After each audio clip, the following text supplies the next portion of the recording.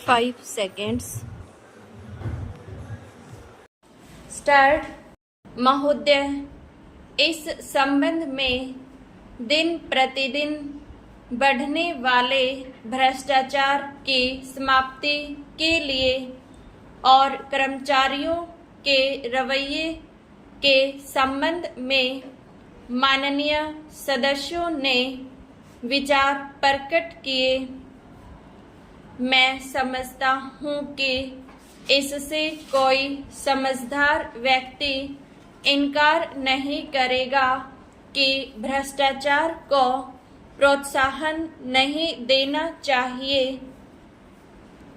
अतः इस और विशेष ध्यान देने की आवश्यकता है।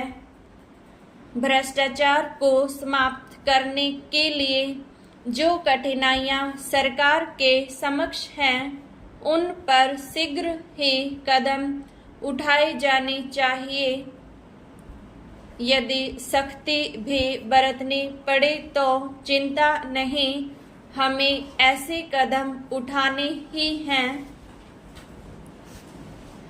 मैं यहाँ यह जानता हूँ कि बहुत से लोग, जिनमें कुछ हमारे साथी भी हैं, इसकी कुछ बातों का विरोध करते हैं।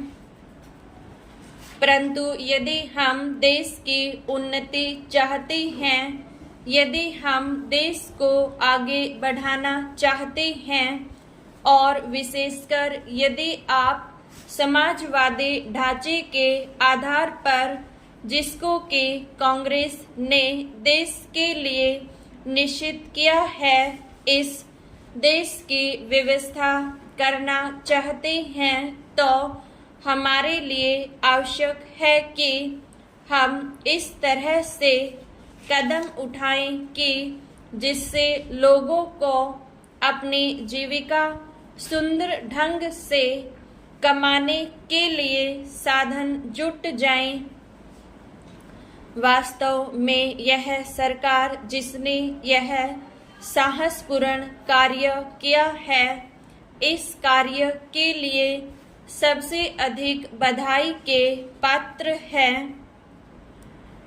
जो लोग यह आशा करते हैं कि हर एक काम उस ढंग से होना चाहिए जिसके लिए गांधी जी ने हमसे कहा करते थे, और जैसा कि अभी हमारे एक साथी कह रहे थे कि जिस तरह से सरकार ने इस संबंध में व्यवहार किया है, वह गांधी जी की नीति के अनुसार नहीं था।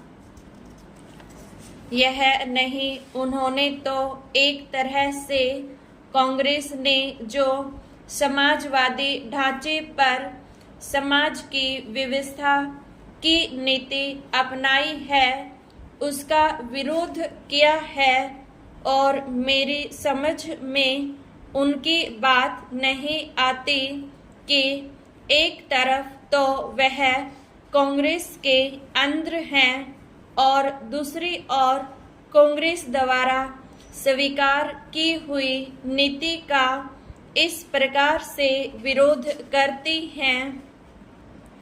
मैं समझता हूँ कि वह इस बात को भी जानते होंगे कि कांग्रेस द्वारा इस नीति को स्वीकार कराने वालों में अधिकतर वे ही लोग हैं जो गांधी जी के अनुयायी हैं और उनके सिद्धांतों में विश्वास रखती हैं।